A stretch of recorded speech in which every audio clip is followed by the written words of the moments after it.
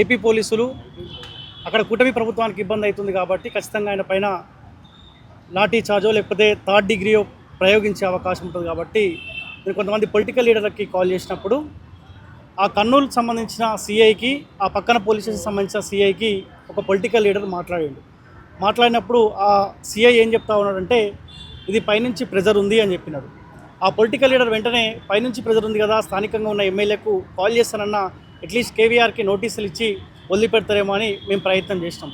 ఆ ఎమ్మెల్యేతో మాట్లాడితే కూడా ఆ ఎమ్మెల్యే క్లియర్ ఒకటే మాట చెప్పిండు, ఇది లోకేష్ నుంచి ఉంది, ఇది చంద్రబాబు నాయుడు నుంచి ఉంది, మేము దీంట్లో ఇన్వాల్వ్ కాలేమని క్లియర్గా చెప్పినారు. ఎందుకు ఈ మాట చెప్తా ఉన్నానంటే రేపు పొద్దుగాల రేవంత్ రెడ్డికి సంబంధించిన చెంచాలు కావచ్చు, చంద్రబాబు నాయుడు లోకేష్ సంబంధించిన చెంచాలు కావచ్చు, కేవీఆర్ థర్డ్ డిగ్రీ విషయంలో మా ప్రమేయం లేదు, మాకు సంబంధం లేదు, అక్కడ బూచీగా ఆ కర్నూలు పోర్ట్ టౌన్ సంబంధించిన విక్రమ్ సింహ సిఐని కూడా చూపించే అవకాశం ఉంటుంది.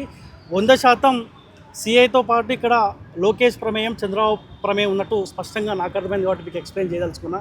సో ఏదేమైనప్పటికీ బాధాకరం.